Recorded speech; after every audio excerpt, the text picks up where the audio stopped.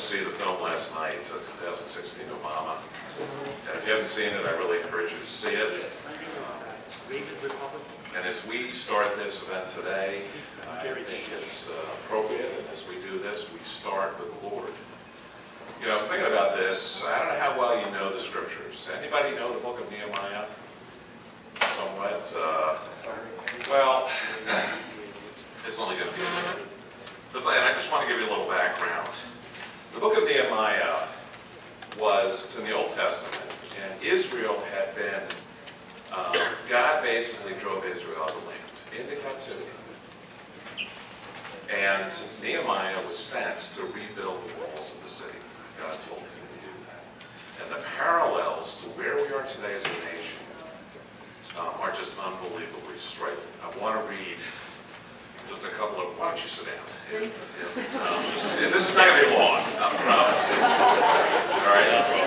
I want to read a few verses, and I want to ask you to join me in prayer. Because here's the deal. If you know me at all, you know that I'm serious about this. And I think that's what's so great about the GOP, that we take the saying that we are one nation under God seriously. It's not just a saying, right? It's not just on a coin, it's not just on a bill. So let me just read it. This is out of Nehemiah 9. And he's talking about Israel and God. He says, "In your great mercy, you sent them liberators who rescued them from their enemies." Now listen to this. "But as soon as they were at peace, your people again committed evil in your sight, and once more let their enemies conquer them. Yet whenever your people turned and cried to you again for help, you listened once more from heaven. In your wonderful mercy, you rescued them many times. You warned them to return to your law, but they became proud and obstinate." Are we a proud country? Proud beyond what we should be? "They did not follow your regulations. They stubbornly turned their backs on you and refused to listen. In your love, you were patient with them for many years. You sent your spirit and warned them through the prophets." And then this is what he says to God, and then I'll get to the main verse here. "We have sinned greatly." That's what I feel as a nation. "And you gave us only what we deserved. Our kings, leaders, priests, and ancestors did not obey your law or listen to the warnings of your commands and laws. Even while they had their own kingdom, they did not serve you, though you showered goodness on them." And many of you may know the verse that has been used many, many, many times, which is out of 2 Chronicles. But the context, I think, is important. And this is then King Solomon, who built the temple. He was the son of David, the king of Israel. And this is, God spoke to him in a dream. That one night the Lord appeared to Solomon and said, "I have heard your prayer, and have chosen this temple," to build the temple, "as the place for making sacrifices. At times I might shut up the heavens so that no rain falls, or command grasshoppers to devour your crops, or send plagues among you." Do you see anything happening in the news right now about our country? Droughts, historic droughts, hurricanes, I mean, on and on and on. Shootings in New York City. This is what's going on. This is what the scriptures are saying is happening to our country. And then this is the verse. "Then if my people, who are called by my name, will humble themselves and pray and seek my face and turn from their wicked ways, I will hear from heaven and will forgive their sins and restore their land." Now that's the verse that we all hear, but I want to give you the context after that. "My eyes will be open and my ears attentive to every prayer made in this place. As for you, if you faithfully follow me as David your father did, obeying all my commands, decrees, and regulations, but if you or your descendants abandon me," see, this is the warning, "and disobey the decrees and commands I've given you, and if you serve and worship other gods." What are the other gods we worship today? Hundreds, okay? This is as relevant today as it was then. "Then I will uproot the people from this land that I have given them. I will reject this temple that I have made holy to honor my name. I will make it an object of mockery and ridicule among the nations. And the answer will be, because his people abandoned God of their ancestors who brought them out of Egypt, and they worshiped other gods instead and bowed down to them. That is why he has brought all these disasters on them. Now, I'm a state senator. God called me to run. I had no interest in politics 3 years ago. I don't tell everybody that, you know. But I'll tell you because you're my friends. We are at the edge of this nation right now. This is the key. It is not who wins these offices. I want to win again. But we have to seek out and we have to confess the sins of our nation. And if you agree with that, I challenge you to pray every day between now and election every day to confess the sins of our nation. So we'll leave you in that. Father, Lord, I thank you as we come together as friends, fighting for the core principles of our state, our city, our towns, and our nation. We humbly ask you for forgiveness and mercy, Father. We ask for your blessing on this nation, that we would be a nation that would give you glory and honor,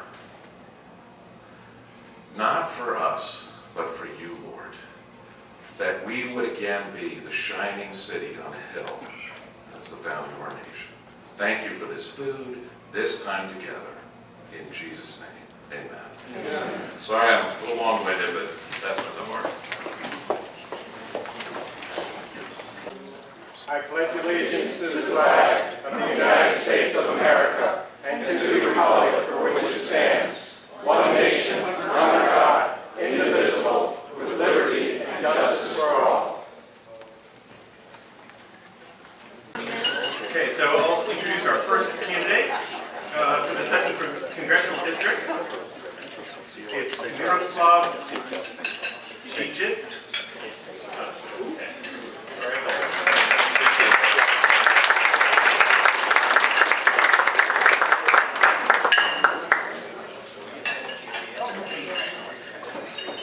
Good afternoon, everyone. My name is Miroslav Shijit, and I am running for the U.S. Congress, New Hampshire, 2nd District. Ladies and gentlemen, right now, as a country, we stand at a crossroads. Our freedoms are being taken away with consent with our elected representatives. Our country is being governed in a dictatorial manner by an executive order in violation of the Constitution. Our rights and our freedoms are being violated. The people that we sent to Washington to defend us, to represent us, and to protect us from oppressive government only stand and just watch. Do you wonder why? I'll tell you why. They are, for the most part, politicians. They don't care about you or me or the country. They are in Washington not to defend our rights and freedoms, but instead to take an opportunity to limit these liberties that are guaranteed to us by the Constitution. The less freedom we have, the more our politicians have. And that is what they stand for. No dignity, no honor, no respect for the people, no love for the country. Like I said, as a country, we are standing at a crossroads. We are on the verge of becoming a socialist nation. This is because in Washington we have marionettes and not leaders. We have politicians and not statesmen. I know what socialism is. You can also call it liberalism or progressivism. It makes no difference. It is a very oppressive form of government, with government control of everything from economy to personal life. As Marx said, socialism is the last stage before realization of communism. I can tell you firsthand what we could face. I grew up under such a totalitarian government. I was enslaved by communist regime. I am telling you, you don't want to live life like that unless you don't mind being a robot.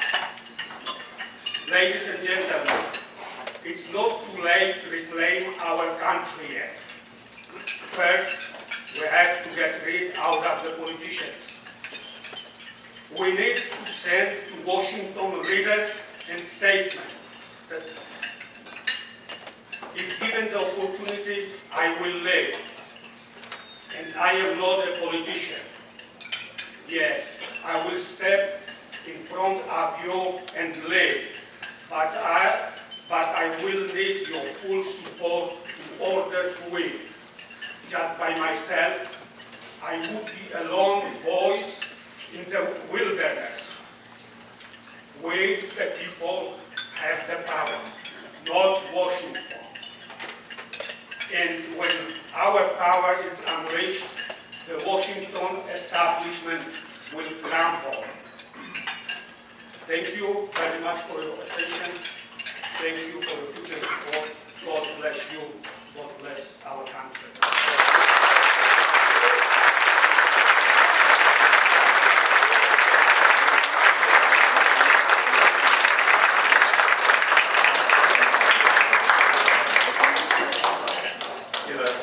Variation in our program, and then due to scheduling, we're going to ask Kevin Smith, candidate for governor, to speak to us at this point.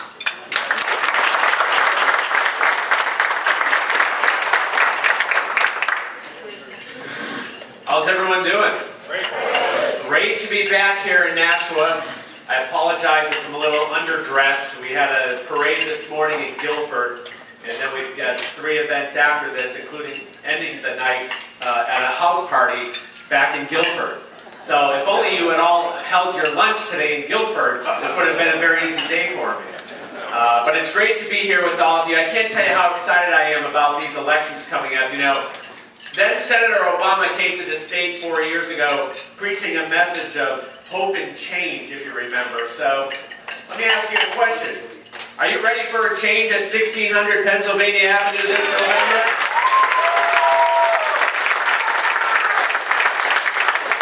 And how about a change at 107 North Main Street in Concord this November as well?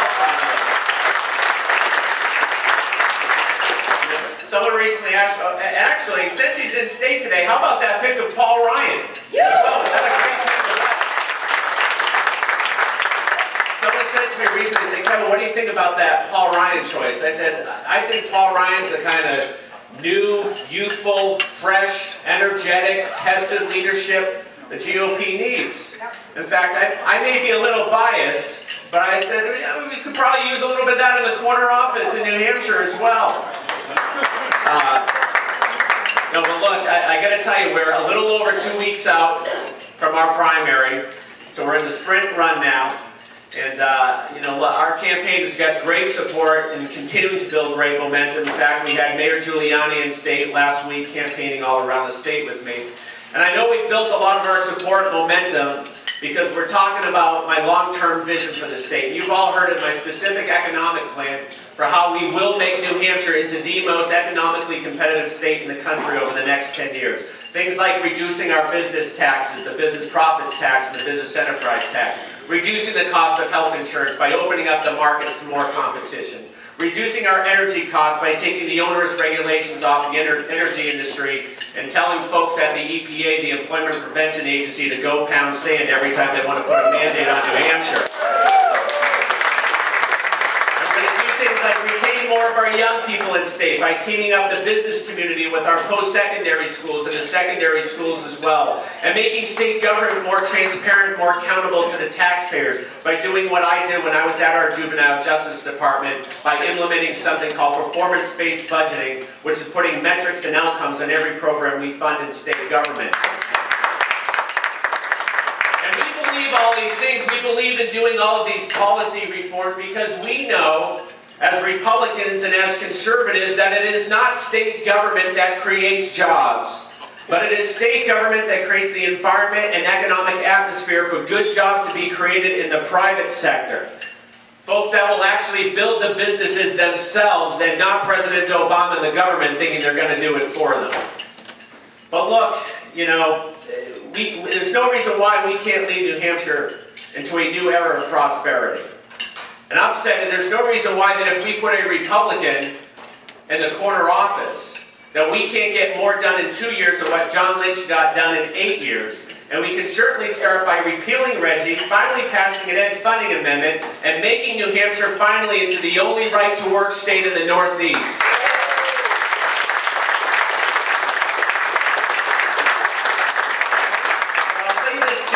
I'll say this too, that it's not just about delivering on big ideas and bold solutions that the next governor needs to do. The next governor also needs to have demonstrated that they have the leadership abilities in actually getting good reforms on the state government level. You know, some folks are going to talk about bringing in reduced budgets. I actually wrote a reduced and more efficient budget when I was the director of our, assistant director of our juvenile justice department, again through doing what I talked about, performance-based budgeting. And some folks are going to talk about supporting certain policy reforms like right to work. As a former elected official back in the 1990s, I voted for right to work before voting for it was cool. And I advocated for it very strongly when I was the head of Cornerstone. And some folks are going to talk about different nominations they would make to the executive branch. And as someone who was a senior aide for a former governor, I was very intimately involved in many of our nominations, including a certain former attorney general named Kelly Ayotte, who I'm very proud to call my U.S. Senator today. You know, in the governor's office, it's a 2-year term. It means there's no time for on-the-job training. You better know what your plan is when you're going in there and how you're going to go about executing that plan. You've got to be ready to roll on day one, and you can be rest assured that if I'm your next governor, I'll be ready to go on that first day. Ladies and gentlemen, I'm running to be your next governor because I have the energy, the vision, the specific economic plan to be the next governor.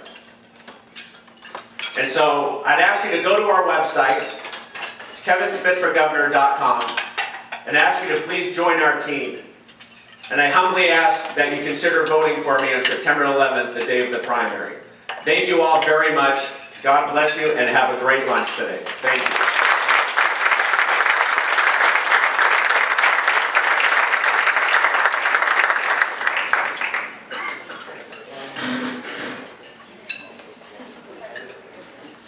All right, our next speaker is also running for governor. Many of you already know him, Wynne.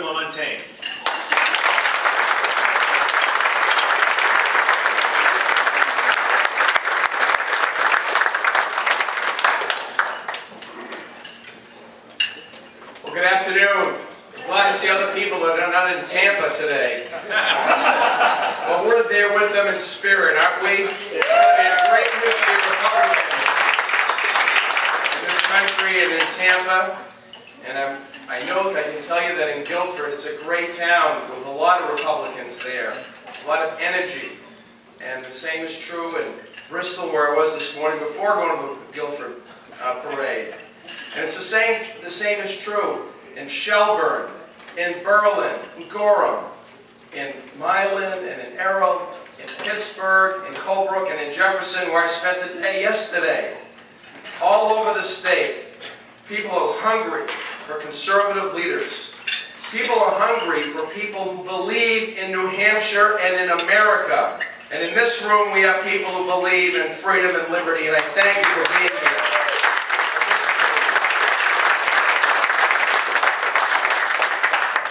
This is an exciting time, not just because of the great convention that's going to take place this week, not just because we're going to hear some stirring words and direct comments from people like Chris Christie and our own Kelly Ayotte headlining. How about that? The rest of the country is going to get to know Kelly a lot better, like we know her here. But we're also closing in on the primary here in our own state. We're drawing to a close what I call an intra-squad competition. Because in the end, we're all on the same team. Right? We're all on the same team here in America and the state. It's a team that believes in the free enterprise system. It's a team that believes in limited government. It's a team that believes in local control over education policy and education funding. It's a team that believes in the freedom of workers to choose whether or not to be a member of the union. It's a team that stands with Americans and not with big government. It's a team that offers the best hope for the next generation and the generations to come. And that team is called the Republican Party of New Hampshire. And of America. As we draw closer to that primary, I ask you to think about the date. September 11th, 2012 will be the day of our primary. I've heard a great commercial recently, and you've probably heard the same. It's a commercial where you hear citizens saying, this September 11th I'm going to give blood. This September 11th I'm going to visit somebody who's sheltered. This September 11th I'm going to do something special that I don't ordinarily do. As a memento, as a memorial, as an act of patriotism in memory of the people who were fallen on that first September 11th, 2001. Here in New Hampshire, let's pledge to each other that we're going to go out in record numbers to vote in our primary as that act of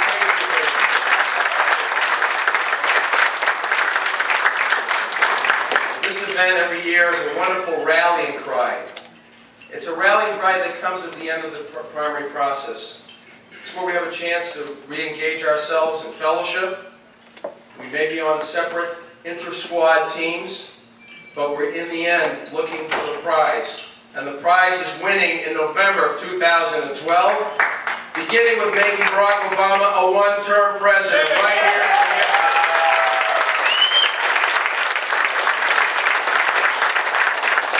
Continuing with electing the first Republican governor in 8 years.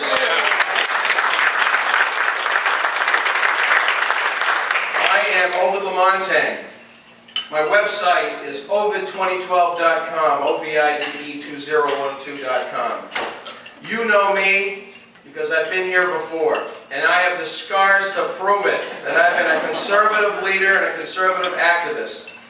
But I'm asking you to join our team. I ask for your vote on September 11th. And equally importantly, I ask you to unify with all the candidates who are our nominees across the ballot to make sure we win in November. To make sure that we can send a clarion call from here in Nashua and up to Pittsburgh and across the state. That we are open for business, we stand for freedom and liberty, and yet we will commit to making sure that we have the best state to live, the best state to raise a family, and the best state to live free or die. So help us God.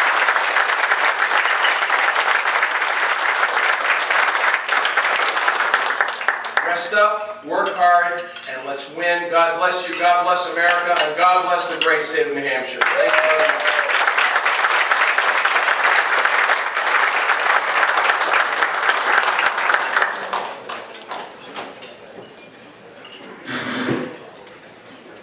Okay.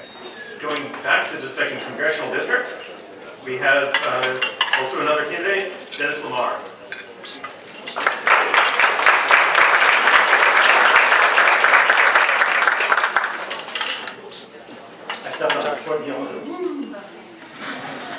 My name is Dennis Lemare. It's great to be here again. I know time is short, and I believe that the essence of public speaking is to be brief, be funny, and be gone, so thank you for inviting me.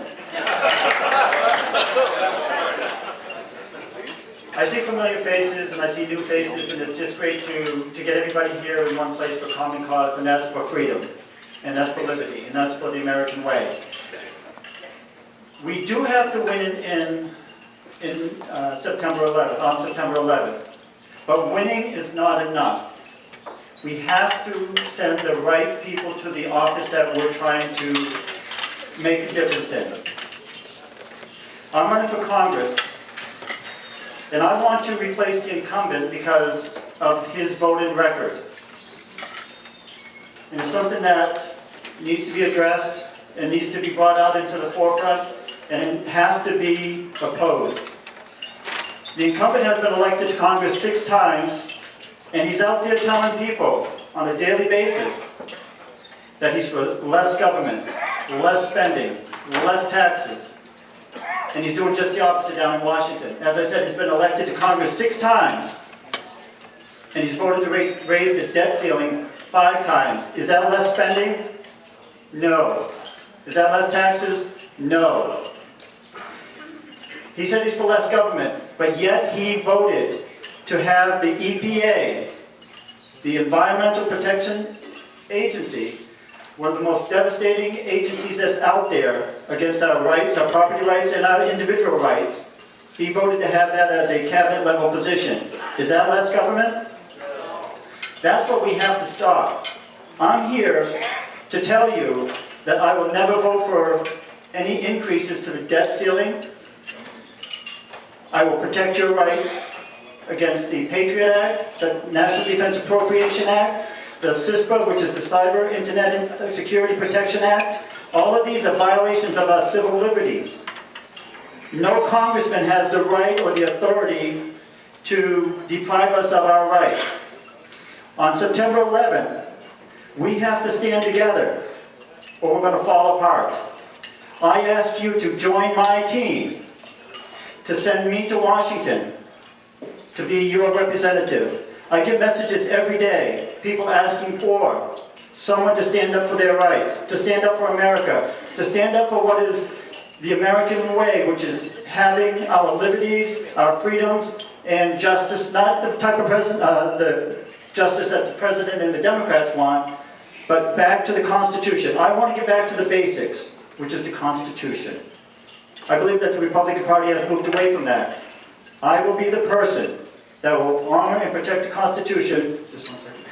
I will raise my hand to protect and defend the Constitution, and I will not allow it to drop down while I'm in Congress, because a lot of times if they take that oath and then they drop the hand down and they forget about the Constitution, I will not do that. I ask for your vote, I ask for your support on September 11th, and together, we the people will restore America, one vote at a time, and I thank you for your consideration. Have a great day.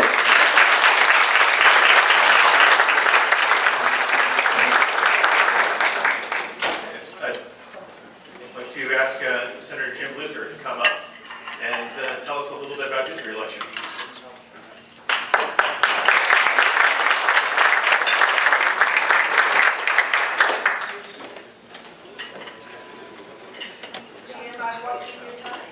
I know, yes. Where's my notes?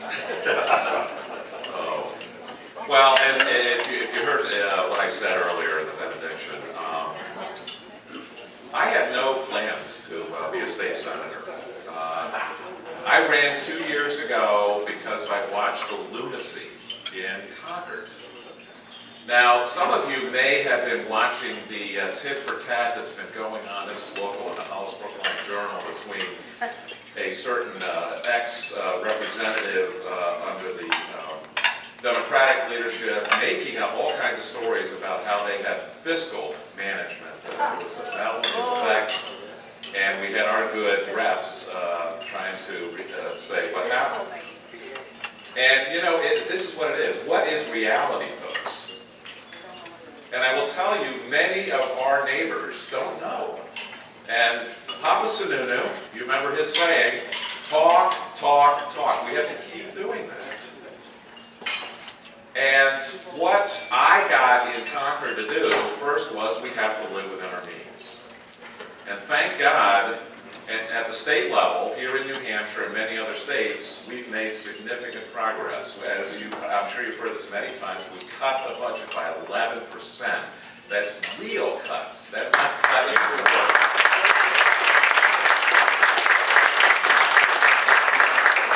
Now, what they're going to do to us, and Gary, you can sit on the sidelines. I'll take your arrows too.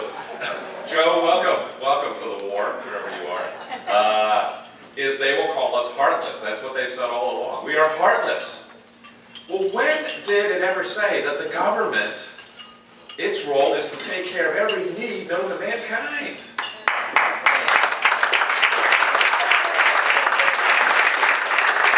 But you know, we are at war. As I mentioned earlier, a bunch of us went to see the Obama film. If you have not seen it, you must see it. It's in Tingsboro here, it's around the state, It opened last night, #1 in the country. And this is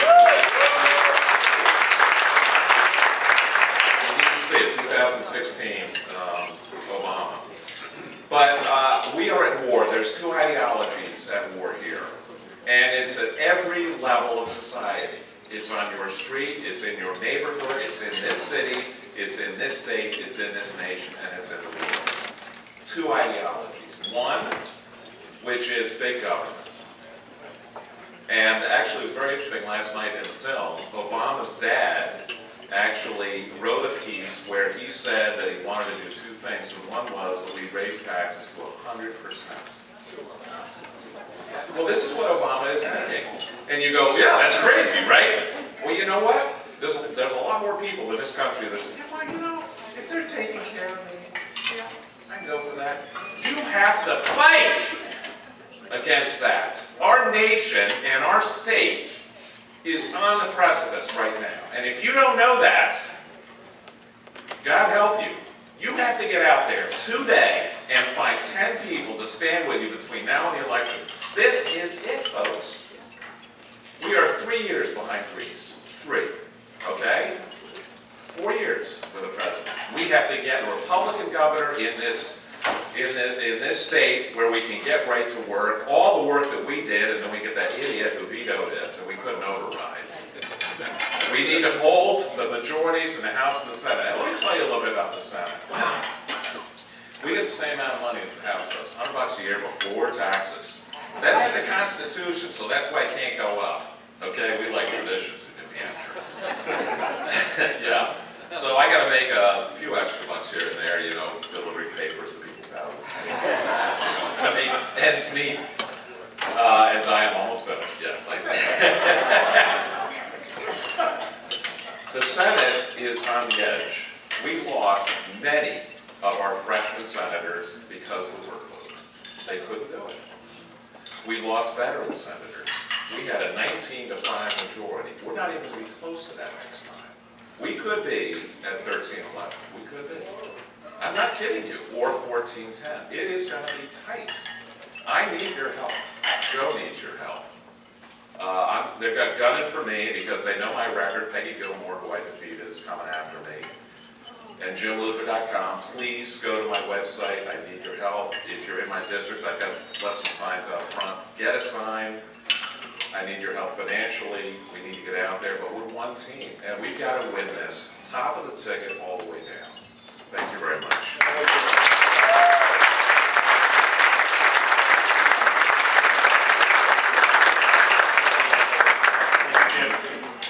I'd like to introduce our current state senator from District 13, the first one in, first Republican in what, 98 years? 94 years.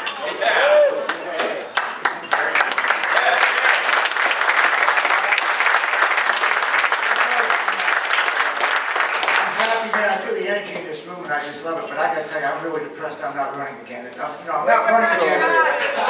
I am not running again because I don't want to run again. It's just that as many of you know, I know it sounds odd, but I sued the Secretary of the Navy to get back in an active status in the Marine Corps because I was involuntarily retired 2 years ago illegally. Me and 99 other colonels. So I'm back in, and I'm back in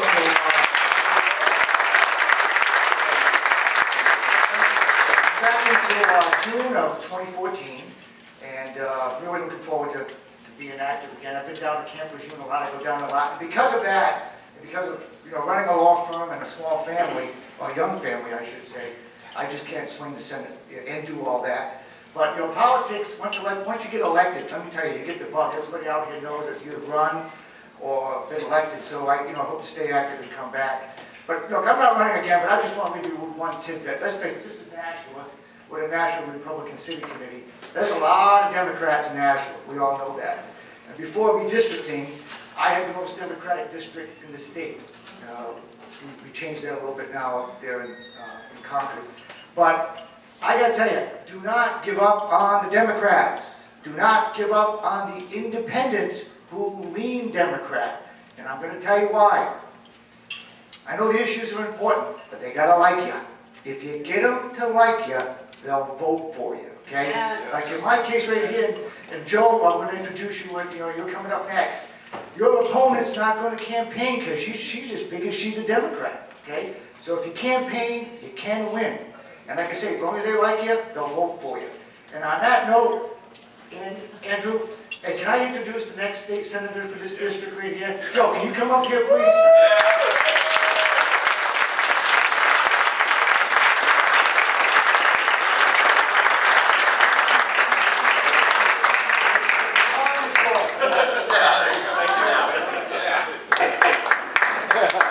I'm new to politics. Everybody here that knows me knows I am. I've worked for 46 years, and I got too deep at what was going on. They're spending our money. They're doing things that we don't morally or ethically agree with. My wife, before she passed away, said, "Why don't you run for office if you feel that way?" So I did, and surprised myself, I won on the representative side. Well, the senator side is a heck of a lot bigger and a lot more. And all I can say is I'm going to work my tail off. I'm getting my first signs, I'm getting my first literature this coming week. I'll be distributing it around. I need everybody's support, votes, whatever, but I've already started banging on doors. I took your word for it, Gary. That's the way. Get them to see you face time, not just a brochure. And I intend to see several thousand doors that I'm going to knock on over the next 2 months. And so far, what I've seen out of about 200 people that I've knocked on their doors, I've only hit a token resistance here and there. I even had people say, "Thank you for even taking the time to see us." Nobody ever comes to see us.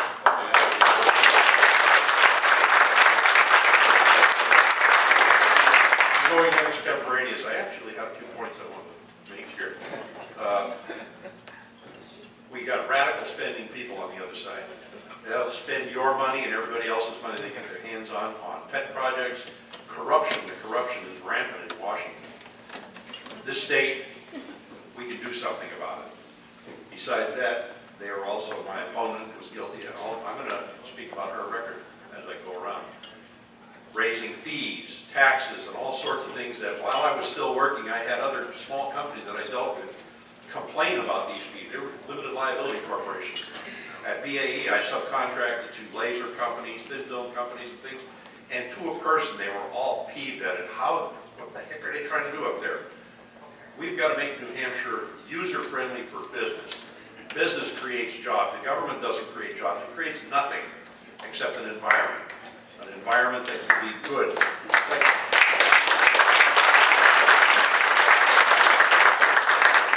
I could go on and on, but I plan not to. But I voted the right to work because I think I was in a union at one time, and I don't like to see myself being told I have to pay for something to keep my job, and they go and spend it in ways that I don't agree with. That's extortion.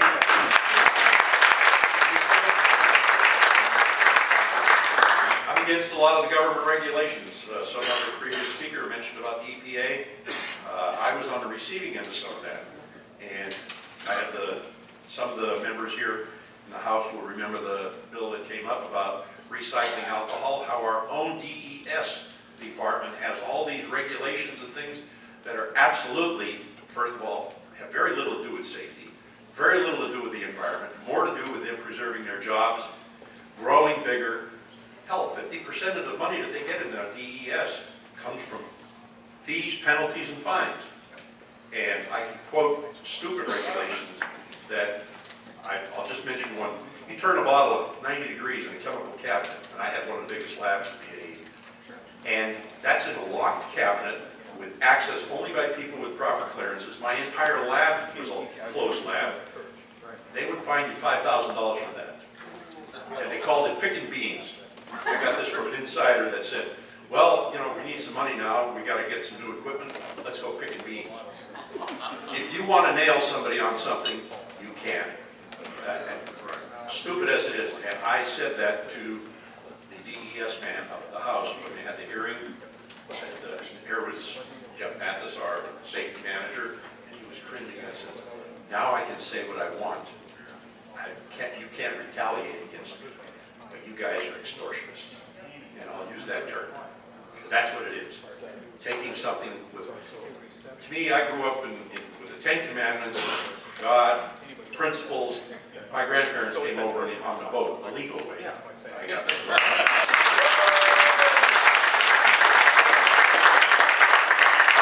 I still have my grandfather's naturalization papers. He was proud as a peacock. There were 16 years. And he worked his tail off and worked himself to death in the mines and died from it. My father had a business when he lost his eye in the mines. He had a business because he says, I'm not going back in the ground. And we worked 6-7 days a week, and we were 18% unemployment. We were busy all the time. We didn't have much, but I hauled garbage, I shoveled coal, and did concrete work, broke stones and stuff. We always had work, if you want to work. I believe that society should take care of its most vulnerable people, but not everybody for everything they want. Vulnerability is an objective standard, not a subjective standard, where I think I should get. Also, the last thing I'll mention about is we're losing our freedoms. The speakers before that, I'm scared. If we don't turn this around, this country's going to be, you die from the inside. How do you boil a frog? Eat the water slowly. And there is no such thing as free lunch. And socialism, if you want records of socialism, Union of Soviet Socialist Republics. National German Party, Nazi Party, socialism. Socialism is a question of degree, but it's all bad. It's using somebody else's money against their will. That's still against the seventh commandment of stealing. With that, I'll stop because I can go on and on and on.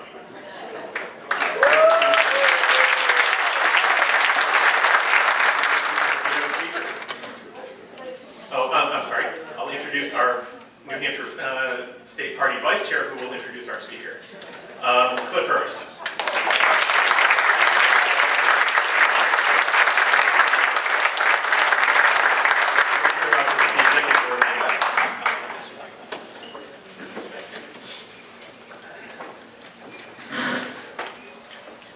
You know, I love our country, but I think as much as I love our country, I love our state. I think we're some of the most fortunate people in the world who live in New Hampshire, because if you love politics, you love New Hampshire. But when I ran for vice chair of the party, I visited over 33 different committees. And one of the most encouraging committees was the Nashua City Committee. What a remarkable organization that this city has, and I think you're to be commended for the hard work you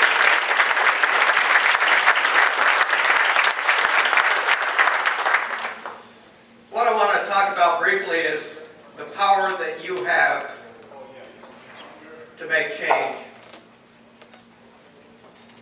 2 weeks ago, I spent about 12 hours with Governor Plenty, a wonderful American, and we talked a lot about how elections are won and how you can change everything. And you may not realize it, but you could be the most affected person to make change in this election. When I was running for office, a person that was advising me said, you ought to get 100 people to be your supporters and announce those supporters. So I'd go around and talk to people and I'd say, I'd like to get your support. They said, but nobody knows me. In other words, I won't make a difference. But what I want to say loudly and clearly today, that every person in this room matters. Every person is valuable and every person can make a difference. And when Governor Sununu said, talk, talk, talk, as I was talking with Governor Plenty, he said that the most influential person to make a difference in somebody's life is somebody that knows another person and talks to them about the election.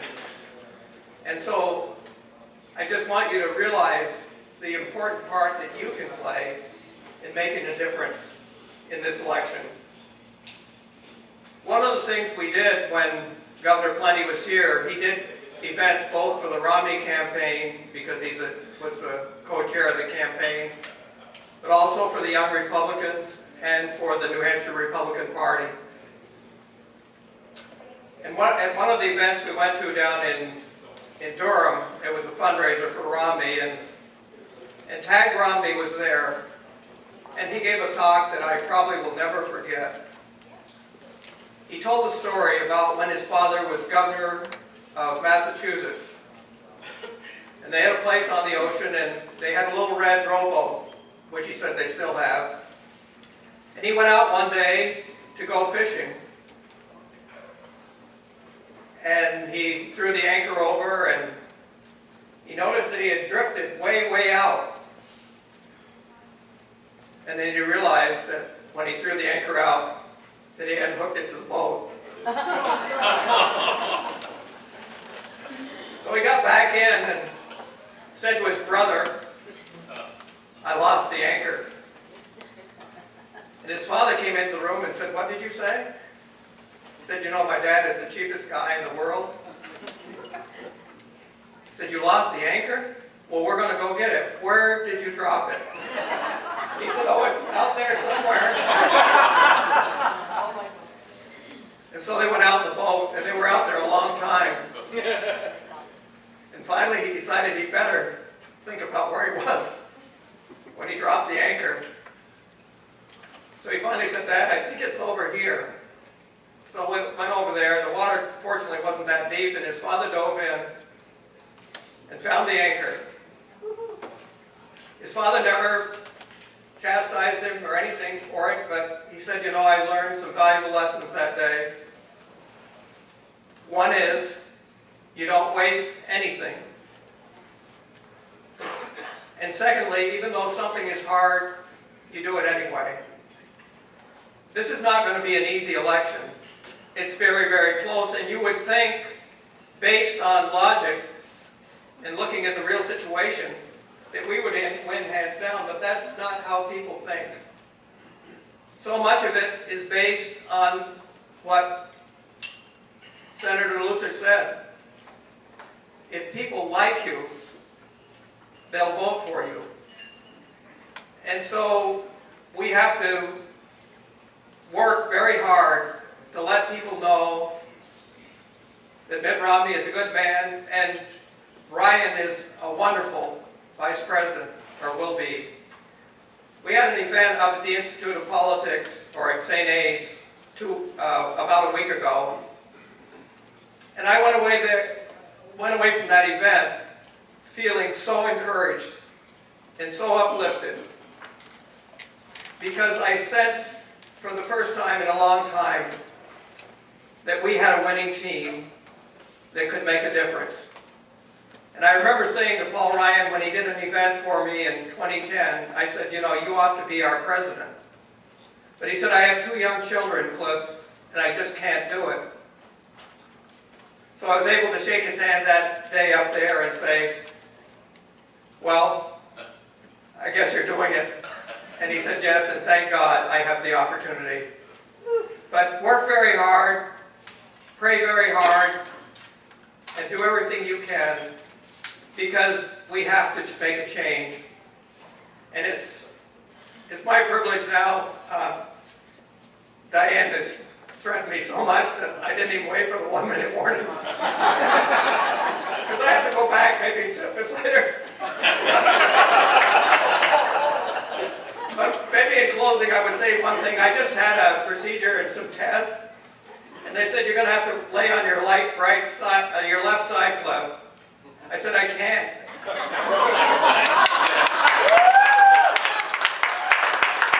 I said I'm a Republican.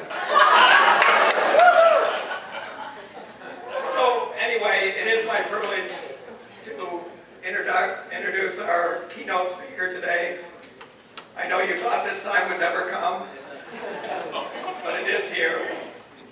And it's a real privilege for me to introduce Brian Sussman. Brian is an Emmy Award-winning television journalist. I was going to say evangelist, but that's probably worse. A best-selling author. This is kind of a strange thing coming from California, but a conservative talk show host on KSFO in San Francisco. And the theme of his radio show is right thinking from the left coast. He's also a regular fill-in on the national syndicated Mike Levin show. And prior to his radio career, Brian was regarded as one of the nation's top meteorologists and science reporters. His book, Climate Gate, a veteran meteorologist exposes the global warming scammon, was released on the Sean Hannity show and immediately became a bestseller. His current book, which he said, if I'm going to introduce him, I've got to say this, which he's selling and signing today, Eco-Tyranny, How the Left's Green Agenda Will Dismantle America. And some of the things that Brian's going to talk about today is what would the founders say about the genesis of the environmental movement, how the Obama administration is working behind the scenes to accomplish the radical goals of the UN, in other words, defeat Obama.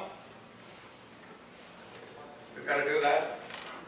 Obama's secret plan for a 140 million acre private land heist, and what the founding fathers intended in terms of land use in national parks.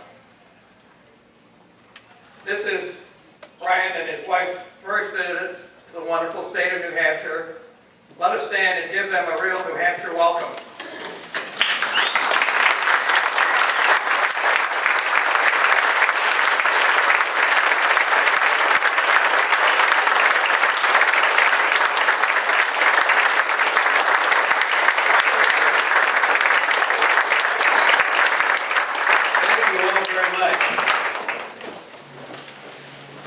Now, what was I going to take away from that, Cliff?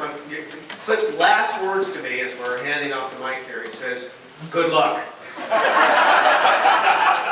So, if I start to bomb, does that mean tomatoes are going to fly at me? What's going to happen here? Heavier things. I got a hammer up here and I know how to use it, okay? Hey, this hammer, just remember, I work in the belly of the beast, folks, San Francisco, right? Nancy Pelosi country, Barbara Boxer country, Dianne Feinstein country. Yeah, let me tell you something. So I'm battle hardened, I'm battle tested, I'm ready to roll here, I'm excited. Greetings from the formerly great state of California. Condolences. It's quite a state of confusion. Please, and my beautiful wife of so many years, Jane Stewart, 34 years, and yes, she was my teenage sweetheart, and still is. I love her story. You know, my family immigrated to the United States, and you know, I'm very proud of that. But you ask her, a family, so when did your family come to America? She will tell you, well, they never came to America. They founded America. And that's her story, both sides of her family. It's really a neat story. Her great-great-great-great-great-grandfather, David Rittenhouse, made the spectacles for Benjamin Franklin. And she also, other side of the family's name is Gates, a controversial general in the Revolutionary War. Horatio. So she is a daughter of the Revolution, ladies and gentlemen. And she is at home in the great state of New Hampshire. I mean, think about this. Okay, here's the problem in California. We have 1/8 of the United States population. Okay, we've got 1/8 of the population. We have 1/3 of all welfare recipients. Okay, that's not a joke. Well, it is a joke. It's sad. It's tragic. But that's the truth. California is just going off a cliff. I mean, that's why I always tell my audience on a regular basis, I thank God for what's happening in Greece, because it should be California's warning. It really should be the warning for the entire United States of America. But I love, see, when we got the invitation to come here, we really wanted to come because live free or die. I mean, that's awesome. You ask most people in California, what's the motto of the state of California? Get taxed and get high? Whoa, all right. Hey, marijuana is legal in the state of California. There are more medicinal marijuana facilities than there are filling stations. I mean, they're everywhere. And all you have to do, you're 18 years of age, I'm not making this up, 18 years of age, I've got a headache. Just go there. There will be a real doctor who will write you a prescription, and you can use marijuana for the rest of your life, and you will not get busted for it. Just Simple, I hang nail. I've got a hang nail. It really bothers me. Okay, here's your little prescription for the dope. If you get caught without a medicinal marijuana card, it's a mere $100 fine, that's all. It's just a $100 fine. So dope is legal in our state. The other thing is, we have this tax rate. I know that's a foreign concept to you in terms of state income tax. If you make $47,000 a year in California, $47,000 a year, you're taxed 9.3%. That's incredible. And we have a state sales tax of 8.5% at the minimum. The other cities, it will vary and be a little bit higher. So do you realize if I decided, and I can do this, I can broadcast my radio show from anywhere in the country and my audience would never know it. When I fill in for Mark Levin, I'm literally down in my basement and on a national radio show talking to 5 million people. I could bring my show to New Hampshire. What do you do this? It's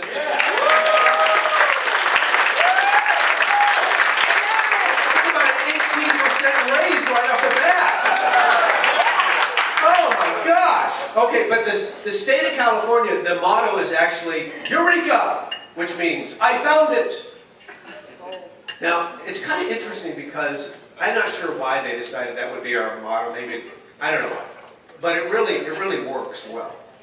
Because if you go back to the Greek story of how the term Eureka was first used, it had to do with Archimedes and this discovery involving gold. And he was so excited with his discovery, he ran through the streets of Syracuse naked, yelling, Eureka! Eureka! And I'm thinking the naked part works in California. because in California, well, in San Francisco, this is the truth, okay? You can walk freely about San Francisco, pure butt naked.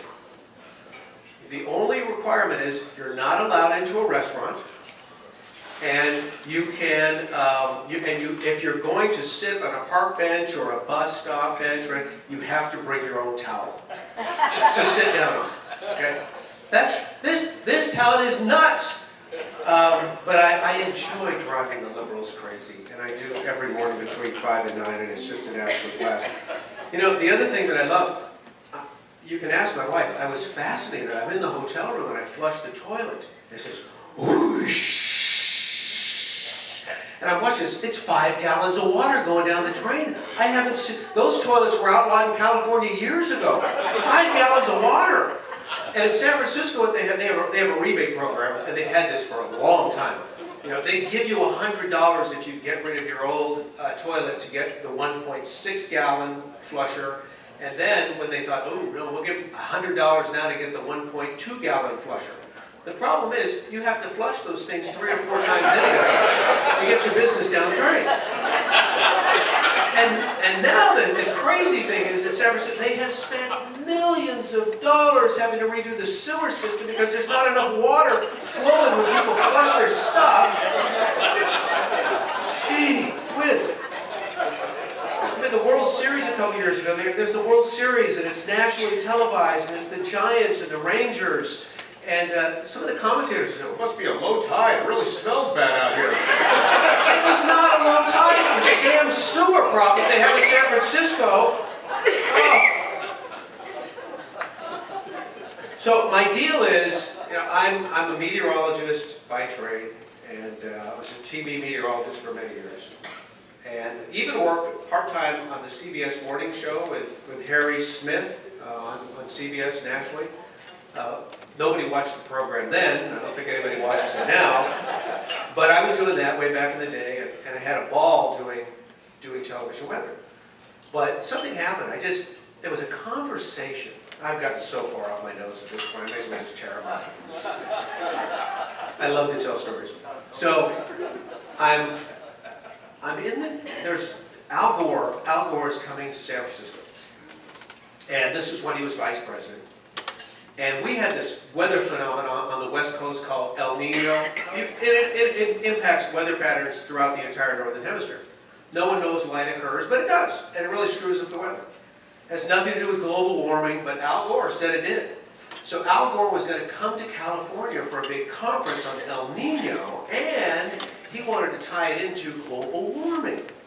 So the station says, okay, we're sending you down to Santa Barbara for this event, and you'll front the coverage on our news. And this is great, right? You know, El Nino is huge. You talk about it every night. And then this global warming tie-in. I mean, this is fascinating. So you'll be the guy to tell everybody about this. I said, hold on. There's not a credible meteorologist on the planet who would try to tie El Nino into global warming. There's not one. Even the hardy global warming enthusiasts would never go there. I'm not doing it either. So we have this argument in the newsroom, and it's getting kind of testy. And this executive producer, again, I'm working for a CBS-owned station. Okay, this is a big, fourth largest television market in the country. The executive producer comes up and he says, Brian, you know what your problem is? You don't know which facts to leave out. Okay, that hurt. That hurt. And that's when I started thinking, you know, is this really what I want to do the rest of my life? It's because I'm getting these continual assaults on this global warming thing. And it just wasn't resting well with me. And so I decided to make the move into talk radio. And I did that in 2001. Had my first opportunity to do talk radio on 9/11 in 2001. And boy, there was a lot to talk about on that day for starters. But Al Gore, my website is debatemealgore.com. He hasn't taken me up on the offer yet.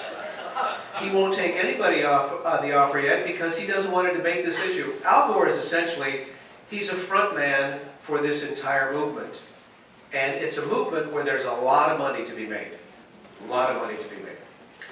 And so Al Gore is at the forefront of the movement as essentially the tout to make sure that people keep believing that there's this dire emergency so that all the companies he's invested in will have an opportunity to make money off of this scam. For example, I'll just think of one. Oh, I could mention Solyndra. And by the way, I was the first guy to ever write about Solyndra because I used to drive by this unbelievable. Thank you. In 2010. My wife and I would drive by on Interstate 880 this unbelievable factory that said Solyndra on it. I always wondered, what is this? Solyndra. And so I asked a friend of mine who's in the venture capital community in the Silicon Valley, what is this? He said, oh, you haven't heard Solyndra? Oh, Brian, this is just an amazing story. So he starts talking to me about all the people that are invested in this and how it was the most capitalized startup in the history of the Silicon Valley. They raised $1 billion in private equity. More money than HP, more money than Google, more money than Apple, more money than eBay had ever raised. And they burned through it like nobody's business. So now they're looking for another sucker to try to get to the next round of funding, and that sucker was Uncle Sam. So I'm learning about this, and then I wrote a piece on human events, and then members of Congress took notice, and now you know the rest of the story with Solyndra. But that Solyndra factory, if you were to drive by it, I did the math on it, and I write about it extensively in eco-tyranny. That thing cost over $1,000 a square foot to build. It's just a warehouse. That's not including the equipment in the place. $1,000 a square foot. This is the kind of stuff that they're doing to us on a regular basis. And you know, some of Al Gore's buddies were heavily invested in that company.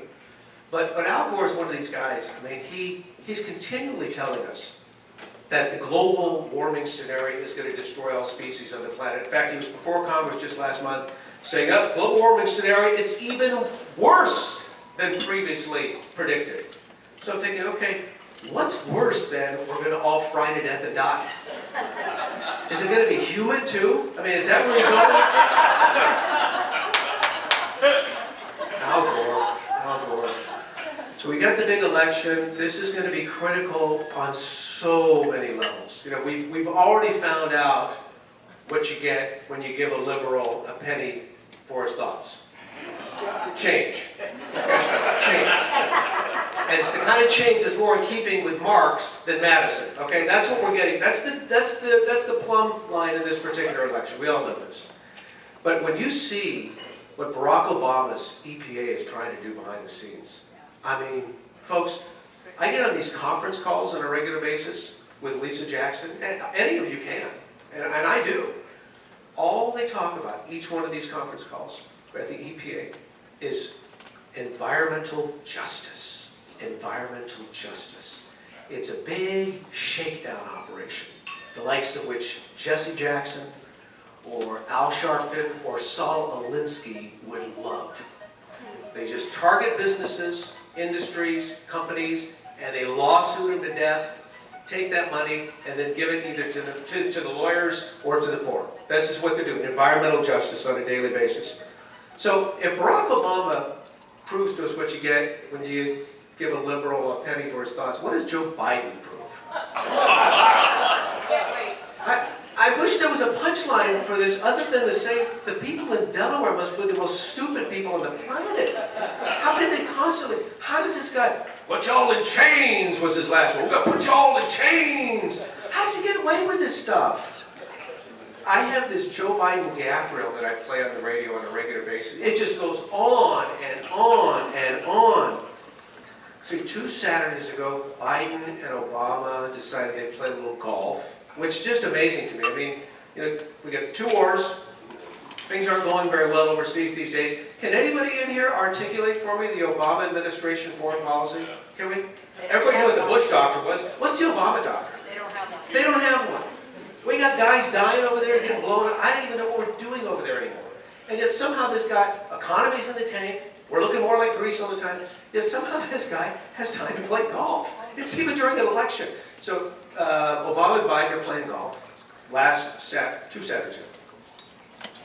Now, Biden's handicap is probably like mine, it's about 20. Obama's handicap is Biden. Yeah. Took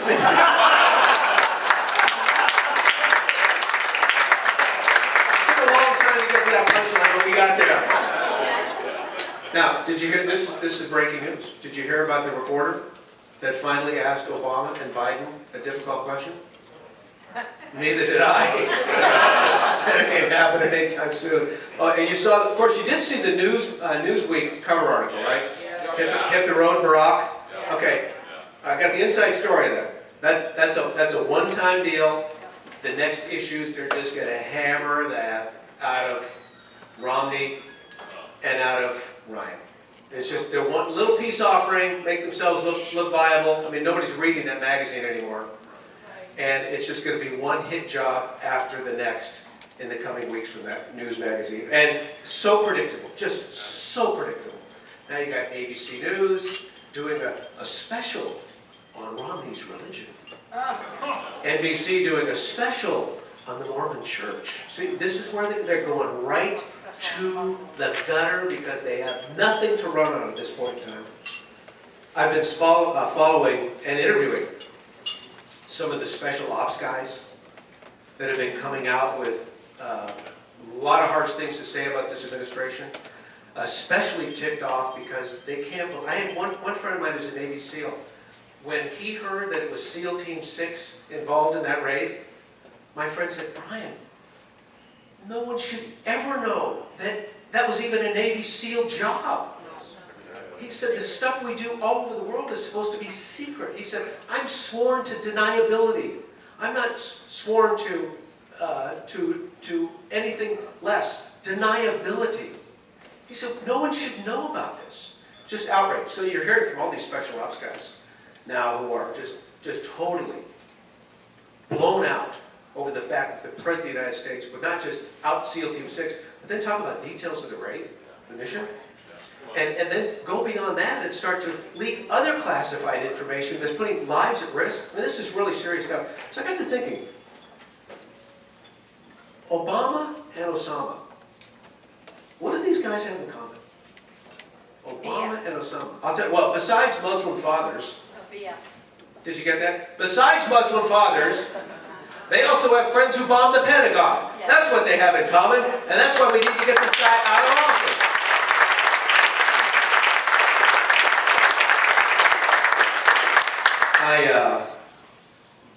You have at least one of your senators as a Republican. I mean, think about me out on the left coast. I've got one boxer.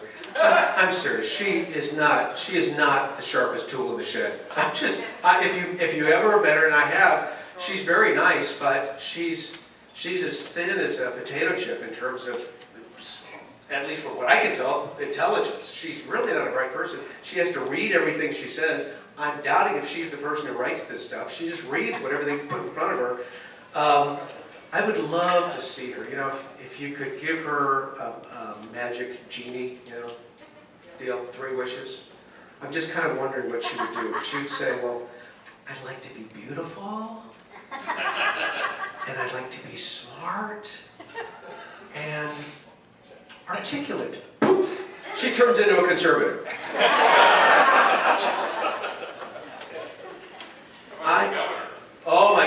My governor Moonbeam. Let me tell you about my governor Moonbeam. Thanks. I'll just talk off the top of my head. Here's how criminal this guy is, okay? We have a 2-term limit in the state of California. He already did his term. He did his 2 terms, decades ago. 2-term limit. It's the law. This was passed by the voters. It's a law. So he decides to run for a 3rd term, and the way he conveniently gets out of this, and the media's right there with him. Oh, yeah, okay. He says, well, that law was passed after I was governor. What difference does that make? And, well, of course, the law was passed after he was governor. He's in his 3rd term, and he's ruling the state. We're upside down to the tune of $18 billion in terms of our general fund budget and $53 billion in our overall budget. I mean, he's not doing anything to fix the state. I will tell you, my first book was ClimateGate, as you heard, and I wrote this book because I wanted one-stop shopping for people to read everything they needed to read to stop cap and trade. And the book was released on the Sean Hannity show, and the book went nuts. And I've been told by a number of members of Congress that this book was actually passed around among House membership to help educate people on why they needed to vote against cap and trade. So we had a big victory there, but there are many more victories to come. So I wrote ClimateGate, and as I was researching ClimateGate, again, the subtitle, Veteran Meteorologist Exposes the Global Warming Scam. As I'm reading about ClimateGate, as I'm researching ClimateGate, I started realizing there's a bigger scam here. There's a bigger scam. And it's the entire environmental movement based on a scam. Now listen, we're all for clean water, we're all for clean air, there's no question. Back of the book actually says, it isn't about the environment, let's be clear about that. It's not about the environment. Front of the book also is so pleased, eco-tyranny provides a thought-provoking analysis of the origins of the modern-day sustainable movement. That's from Senator James Inhofe.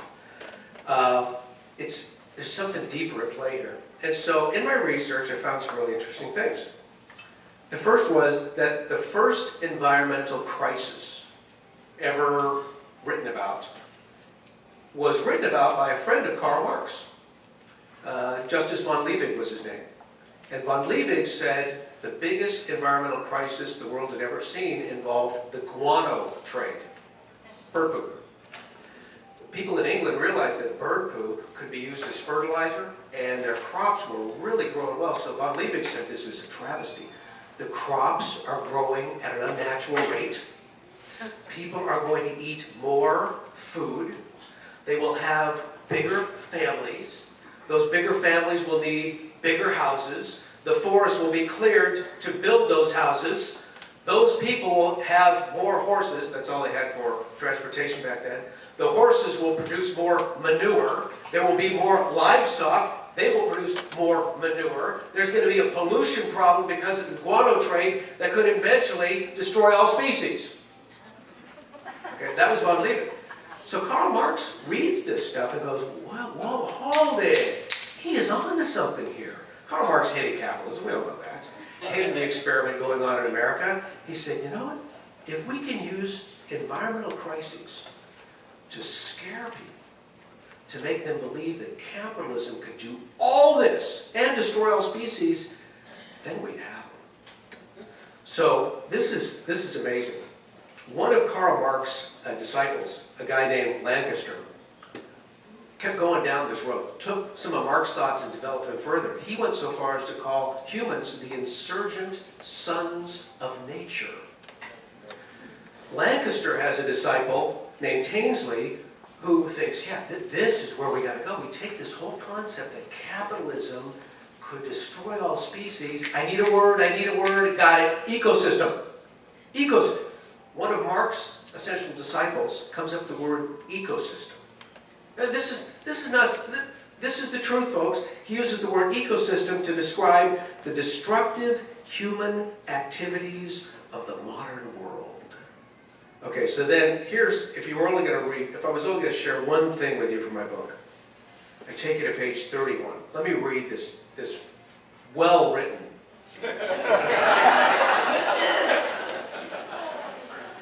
paragraph to you, although I have to disclose this. This paragraph I didn't write. This is from 1883.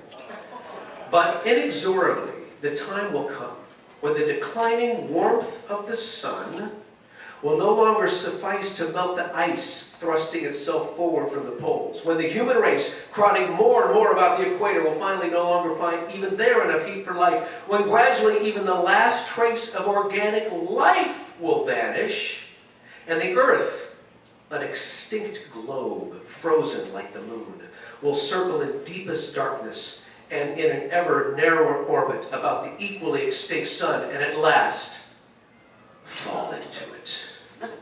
1883, Karl Marx and Frederick Engels predicting human-caused climate change. 1883. And the left hasn't left this thing to this very day. They're hanging on to this deal, which was concocted in the mind of Karl Marx and Frederick Engels, page 31 of the book Eco-Tyranny. Now, I could spend a lot of time on this, but I won't bother you with it because the details can get kind of deep. But let me just suffice it to say, in the last 150 years, there has been a global warming. It's not as warm as it was several hundred years ago, when we know it was at least 2 degrees warmer than today. And it's not as warm as it was thousands of years ago, when we know, because you and I could go up the Arctic Circle right now, take some shovels, dig through the pristine tundra, and in no time we would probably bump into the carcasses of camels and hyenas and lions. So it tells you weather patterns and the climate has changed. And it was much warmer a long time ago. But since 1850, it has warmed 0.7 degrees Celsius, about 1.1 degrees Fahrenheit. Okay, that's the truth. 88% of that warming, this is the one that Al Gore does not want you to hear. 88% of that warming occurred before 1940. The hottest decade on records was the 1930s. 22 of our now 50 states established their highest all-time records in the 1930s, including the state of New Hampshire, I believe. So, most of the warming occurred a long time ago. Since 1998, there's been no warming. None. Even the most strident global warming enthusiasts will admit there has been no warming since 1998. So as I always like to say, if you're going to have warming, you better have warming. And as I also like to say, if you're trying to find a cause, can you come up with something better than carbon dioxide? You can't touch it, you can't taste it, you can't see it, you can't smell it, and yet they're telling us it's a toxin. It's 38 1,000ths of 1% of the atmosphere. 38 1,000ths of 1% of the atmosphere, and this used to be on the EPA, the Department of Energy's website. They've since scrubbed it. Of that 38 thousandths of 1%, humankind contribution is 3%. That's it. That's minute. You can't even measure that. You can't conceive a number that small in your mind. I will also tell you this book, and for sake of time, the Boston Herald did a story on me several weeks ago on a Sunday edition, because they were tapping into guys like me. Oh, what do you? And you know, they do this in such an insidious way. So Brian, what do you think Obama's agenda is if he gets another term? And you know, they're thinking I'm a kook with tinfoil on my head as they're asking me this question, on my head as they ask me the question. I said, well, it's in the back of my book, and I know that's why you're asking me the question, right? Well, yes, we have heard that there's something in your book, but I've never read the book. I said, well, you should read it, and just turn to the back of the book, and you'll see the plan. It's a plan by the Obama administration.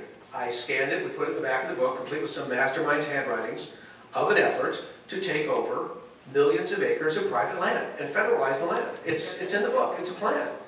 It's a plan that ties into a number of environmentalist schemes to try to re-wild America. Or, as John Holdren, Barack Obama's science and technology advisor likes to call it, de-develop North America.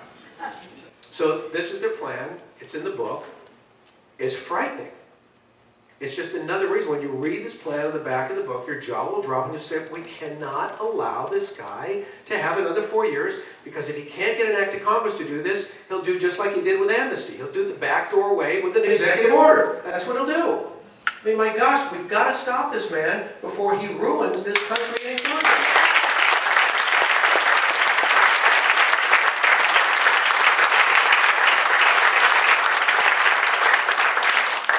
So, as we're walking, we came to town yesterday, came to Boston yesterday. We really wanted to do the Freedom Trail. And so we woke up early, and I'm telling you something, we walked, and we enjoyed.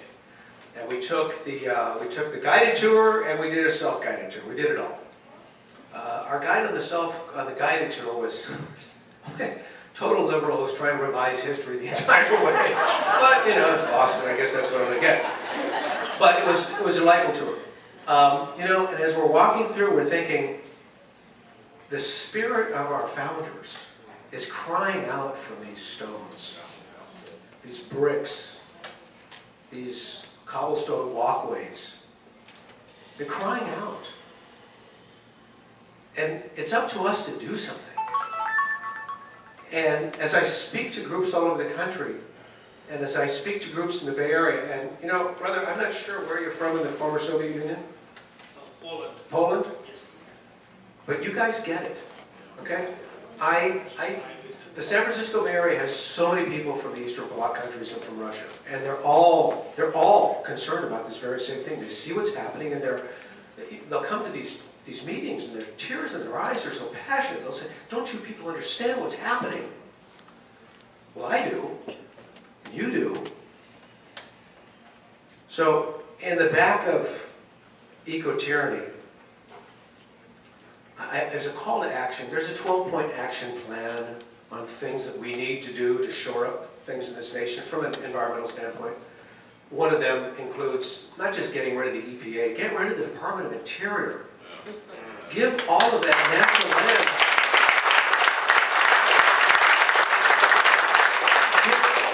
Listen, when you read, and I go through this in the book, our founders did not want the federal government to own or manage land. They did not want that. Because they realized if the federal government owns or manages land, the federal government, a tyrannical government, could withhold the resources from the people. That's exactly what's happening. They did not want the federal government to do that. And I go through the entire history, and it's a fascinating history. A lot of crony capitalism involved, folks. Establishing some of these national parks, like, for example, Yellowstone. That was an inside job, and quite frankly, Ulysses S. Grant was right there in on it. It's a fascinating story. But that was not what was intended. What was intended is for, all of these national parks, in my opinion, should be given back to the states. The states could probably run many of them cash positive and decide what they want to do with the resources. In the state of California, I would tell you what they do. They say, no, we're not touching the resources. Okay, that's the state's right. But there would be other states that say, we want those resources. There are jobs there. That's energy independence. It's part of the 12-point plan. But then I call to action. The signers have always been a particular interest to me.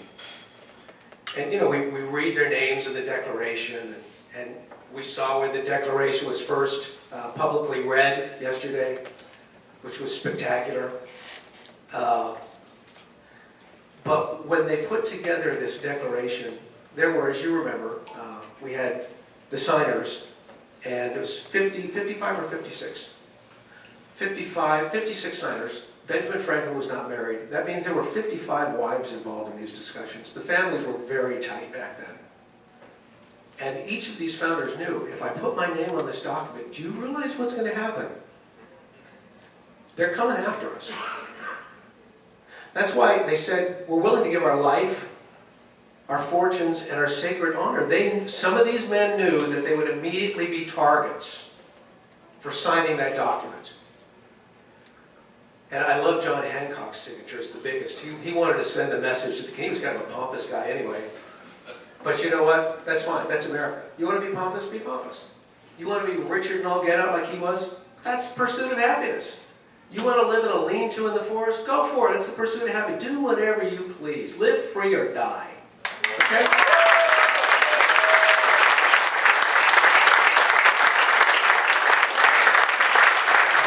has the biggest signature because he wanted to send a message to the king. It was kind of his political version of a middle finger, if you will. So I write about some of the founders and their stories. And Richard Stockton is one of the signers. You see these names, you don't even think about what they mean, but Richard Stockton, I mean, this is a guy who, he signs the document and he tries to get to his home in Princeton. And before he could even get home, his wife and children, you know, they're fleeing because the Brits are there. They're looking for Stockton right now. And his poor wife is put in prison, and she's attended to by one of their servants. That's the only way she was able to get a fresh change of clothes or even food. This servant was going back and forth getting stuff to her. A prisoner exchange was accomplished. She was able to get out. Her life was in tatters. She was so sick from her mistreatment and abuse, and poor condition she was living, and she dies. She ends up dying. And the last we hear about Stockton is he goes into he was a very wealthy man, goes into a tremendous depression and dies at the age of 51. That was it. He gave his life, his fortune, his sacred honor for this country. Another story I talk about is Francis Lewis. Francis was a businessman. He came to this country at the age of about 20 from Wales. He establishes a merchant business, and one of his clients is the military. And he finds himself in the French-Indian War. He's on business, and suddenly he's taken captive by the French. And he's shipped over to France in a box, and he's in prison in France for a long time. There's another prisoner exchange. In exchange for his service to the king at this time. This was pre-colonial America. In exchange for his service to the king, he's given 5,000 acres on Long Island.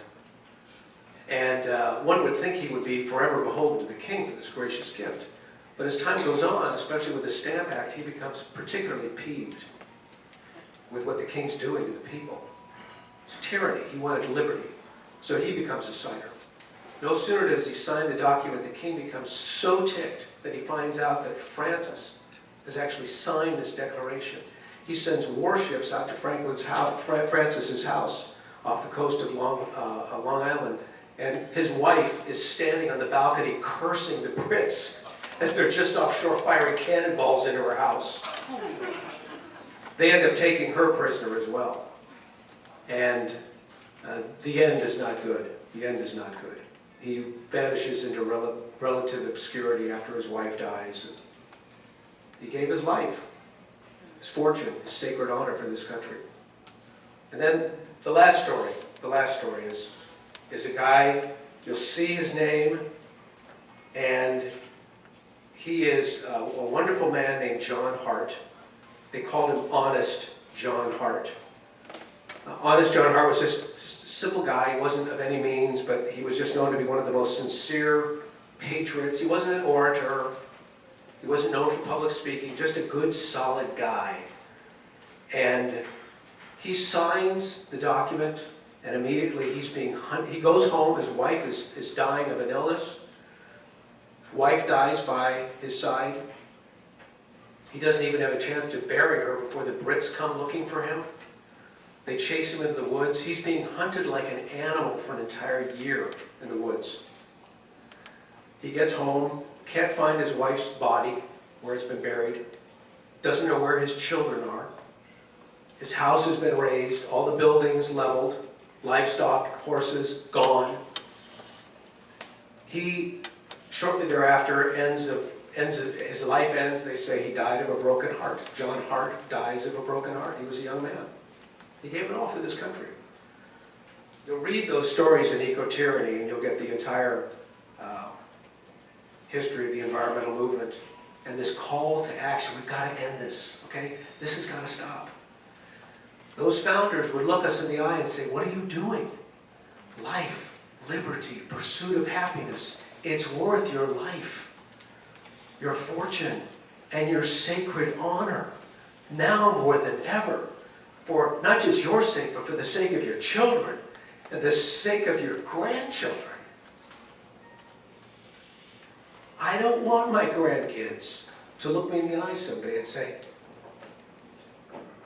you had a radio show in San Francisco. Why didn't you do something? I'm doing all I can. You're doing all you can. Let's keep doing this for America. Thank you all very much. I appreciate your hospitality. Jamie and I are here together. I'd love to have an opportunity to meet you and sign some books and have you fun. God bless the United States of America. God bless the great state of New Hampshire. Look forward to God.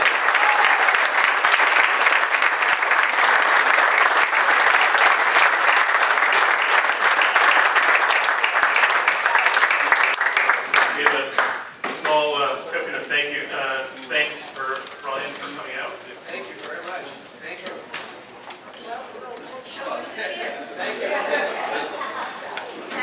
We have an umbrella with the seal of New Hampshire. Yes, very good. We have some New Hampshire candy Nice, very good, thank you. This is from the True Nut Company, good. and maple Wait, candy. is there a messenger? Because I'm laying the fruits and nuts, you thought you'd give me... Our maple syrup. Nice. Real stuff. Thank you very much. And a mug with the seal of New Hampshire. Great, thank you. And I love New Hampshire. Thank you. Very good. Chocolate syrup.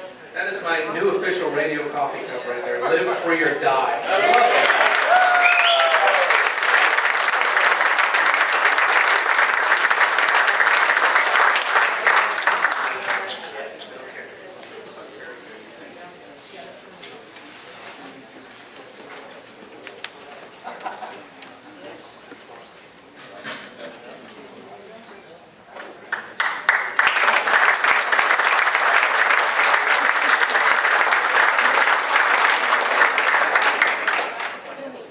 Our next speaker is our incumbent congressman from the 2nd Congressional District, Charlie Bass.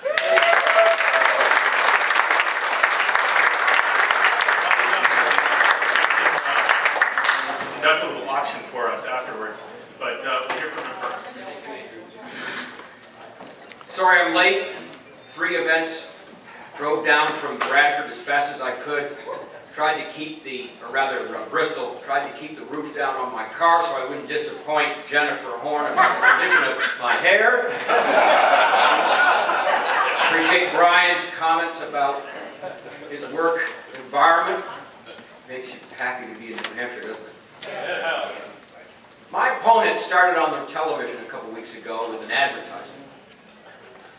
She has 3 messages. Number 1, I am a frugal Yankee. Now, if Annie Custer defines frugality as supporting Obamacare, supporting the $1 trillion stimulus, supporting $5 trillion increase in debt over the last 5 years, supporting a New Hampshire income tax, if that is the Custer definition of frugality, I challenge all of you to try to figure out what a liberal believes in this election. She goes on to say that the economy is struggling and the middle class needs a lift. Well, what do you know? That's the message she should be communicating to President Barack Obama. Because we have enjoyed 4 years of 8.2% unemployment. We have enjoyed a period where America has fallen from number 2 in ease of starting a business to number 17 around the world. Our balance of trade is out of control. We have no foreign policy. We have a new health care law that nobody understands and is depressing the economy. That's how you define helping the middle class for the last 4 years. Well, if you like that definition, you vote for Barack Obama and you vote for Ann Custer, because that's what's known as the new normal. Well, I say, forget the new normal. I support the path to prosperity, which is the plan for our nominee, Mitt Romney, and for Paul Ryan. We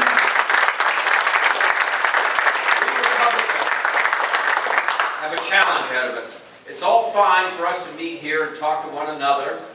We all have fundamentally the same beliefs. But we do not win elections. And Brian was right. The future of America hangs in what happens in the next 75 or 80 days. It really does. Because if this president is elected for another 4 years, I don't think America will be the same ever again. And New Hampshire counts. But the votes to win this election are not in this room. They are the 10, 15, 20, 30 people that each and every one of you go out and talk to between now and Election Day. Take the good words of Brian and others that have talked to you today and pass our message out, because we're right on the issues for America. And I'm running for re-election to Congress because I do not want somebody that defines herself as a frugal Yankee and stands for what she stands for to represent me for one day in Washington, and I know you agree with me on that. So our challenge is to get out there and work for our team. We have the energy, we have the issues, and we have the ability to win this election if we're willing to earn it. I'll be out there working harder than anybody else in this room, but I need your help. So together, we will be successful in September and again, obviously in November. So thank you all very much. God bless you all and have a wonderful day.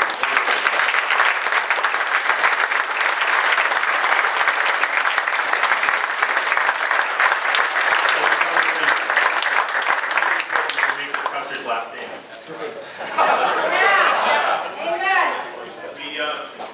Through the generosity of Jack Tully, we have 4 Red Sox tickets for tonight's game. My friend, the city alderman, is going to